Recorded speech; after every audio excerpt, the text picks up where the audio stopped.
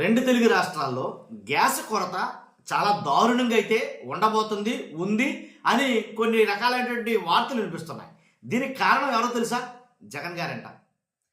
మీకు గ్యాస్ బండ రాలేదా? గ్యాస్ బండ్ల కరువు వచ్చిందా? దానికి కారణం జగన్ గారేనంట. నిజంగా ఏంటంటే ఇంకా ఆ రకంగా కూడా తెగించారేమో అని నాకు అనిపించింది.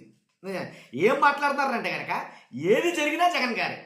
ఎల్లో మీడియాలో కొంతమంది అధికార ప్రతినిధులు, పార్టీల అధికార ప్రతినిధులు వాళ్ళ మాట్లాడుతున్న మాటలు వింటే నిజంగా కంపరం వచ్చేస్తుందని చెప్పాలి. మినిమం నాలెడ్జ్ ఉండాలి కదా. మనం ఒక మాట మాట్లాడుతామంటే దాని మీద అవగాహన ఉండాలి కదా, ఆ సబ్జెక్ట్ మీద అవగాహన ఉండాలి కదా. ప్రతిదీ జగన్ గారు చేశారంటే జనాలు ఎలా నమ్ముతారు మీరు చెప్తే మాత్రం? కాబట్టి ఇప్పుడు చంద్రబాబు నాయుడు గారు చేశారన్నా సరే, జగన్ గారు చేశారన్నా దానికి సరైనటువంటి ఆధారాలు ఉండాలి కదా. మరి ఎలా మాట్లాడితే ఎలాగా? ఇప్పుడు ఎల్పిజి సిలిండర్లు కొరత వచ్చింది, అదే ఇప్పుడు గ్యాస్ కొరత వచ్చింది అంటే అది కూడా జగన్ గారు అంటే అసలు ఏ తారస్థాయిలో ఉన్నారా బాబు మీరు అనిపించింది నాకు. ఒకసారి వీళ్ళ మాటలు విందాం. వెలగపూడిలో జరిగిన అగ్ని ప్రమాదం కలకలం రేపుతోంది. దీంట్లో కుమ్మక్కై ఉండి కూడా ఈ వైసీపీ ఆగంతుకులు కూడా ఇటువంటి కార్యక్రమాలు చేయడానికి చూస్తున్నారండి. వెలగపూడిలో అగ్ని ప్రమాదం జరిగింది. అమరావతి వెలగపూడిలో అగ్ని ప్రమాదం జరిగితే అక్కడ ఏ పైపులు ఏ ధ్వంసం అయిపోయినాయి, అది తగలబడిపోయినాయి అంట. తగలబడిపోతే దాంట్లో వైసీపీ వాళ్ళు కుమ్మక్కై ఉన్నారేమో అని మాట్లాడతాడు ఈయన పెద్ద మనిషి. అసలు వెలగపూడిలో జరిగిన దానికి దీనికి సంబంధం ఏంటి? ఒకసారి విందాం. ఇంకా అంటే అమరావతి డ్యామేజ్ అవ్వాలి, లక్షల కోట్లలో ఉందండి. అది అసలు మన మెద్దలు తగలబడుతుంది, ఎవరికైనా ప్రాణం దొరకపోతే కదండి. ఇది వేరే ప్రతిపక్ష పార్టీలు కూడా అది న్యాయం కాదండి. తిరుమల రద్దు ట్యాంకర్ బహుశా పడింది, కడప జిల్లా అన్నాడు.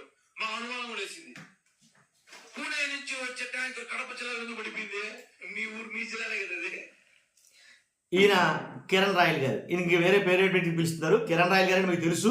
ఆయన మాట్లాడుతున్నమాట ఎక్కడి నుంచో పూణే నుంచి వస్తున్నటువంటి ఏదైతే ట్యాంకర్ ఉందో అది తిరగబడిపోయిందంట. తిరగబడిపోతే ఏమో చెప్పలేం, అది కడప జిల్లాలో తిరగబడిపోయింది కాబట్టి ఆ ట్యాంకర్ కింద జాకిలెట్లు లేపేసి పక్క పడేసి ఉంటారు మీరే. ఇలా రకాలుగా మాట్లాడతారు. అసలు ఎలా మాట్లాడాలి, ఎలా రియాక్ట్ అవ్వాలి నాకే అర్థం కావట్లేదు. అసలు అంత దారుణంగా అయితే ఇలా మాట్లాడుతున్నారు. అసలు చూద్దాం. ప్రతిపక్ష పార్టీలు కూడా అది న్యాయం కాదండి. తిరుమల రద్దు ట్యాంకర్ బహుశా పడింది, కడప జిల్లా అన్నాడు. మా అనుమానం కూడా వేసింది, పూణే నుంచి వచ్చే ట్యాంకర్ కడప జిల్లాలో ఎందుకు పడిపోయింది? మీ ఊరు మీ జిల్లానే కదా అది. నవ్వెందుకు?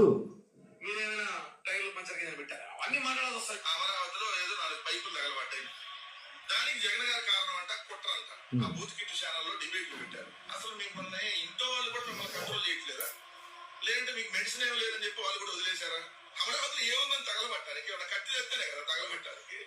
అదేదో 4 పైపులు తగలబడ్డాయంట, దానికి జగన్ గారు కారణం ఎట్లా అవుతారు?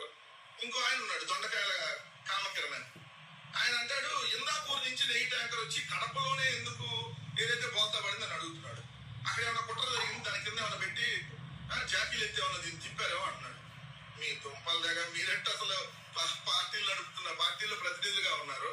ఇంకా నయ్యం నైఫ్ కైఫ్ వైఫ్ అని వీడియోలు వచ్చినాయి కదా మొన్న, అవి కూడా మేమే రిలీజ్ చేసామని చెప్పినా చెబుతాం. అంటే ఎక్కడ ఏం జరిగినా మేమే కారణం. అంతకుముందు రష్యాకి యుక్రెయిన్ కి యుద్ధం వచ్చింది కదా, జగన్ గారి యుద్ధాన్ని చేయించింది. ఇప్పుడు ఇరాన్ కి ఇజ్రాయెల్ కి మధ్య జరుగుతుంది కదా యుద్ధం, సో దానికి కూడా జగన్ గారే కారణం. గ్యాస్ దొరకట్లేదు కదా, దానికి కూడా జగన్ గారే కారణం. రేపు పొద్దున పెట్రోల్ డీజిల్ రేట్లు పెరిగినా జగన్ గారే కారణం. అది ఎక్కడ యుద్ధం జరిగినా సరే దానికి కూడా జగన్ గారే కారణం. రష్యా ఉక్రెయిన్కి యుద్ధం జరిగితే దానికి కూడా జగన్ గారే కారణం. అలాగే ఇప్పుడు ఇజ్రాయెల్కి ఇరాన్కి యుద్ధం జరుగుతుంది, దానికి కూడా జగన్ గారే కారణం. గ్యాస్ కొరతకు కూడా జగన్ గారే కారణం. రేపు పెరగబోయే పెట్రోల్ డీజిల్ రేట్లు కూడా జగన్ గారే కారణం. కాబట్టి కొంచెం విజ్ఞతతో ఆలోచించి మాట్లాడితే మనకు అన్నీ అర్థమవుతాయి. కాబట్టి మరీ ఇంత దారుణంగా తయారైతే ఏం చెప్పలేం. అది నేను ఇదే మీకు చెప్పాలనుకున్నాను. Thank you very much.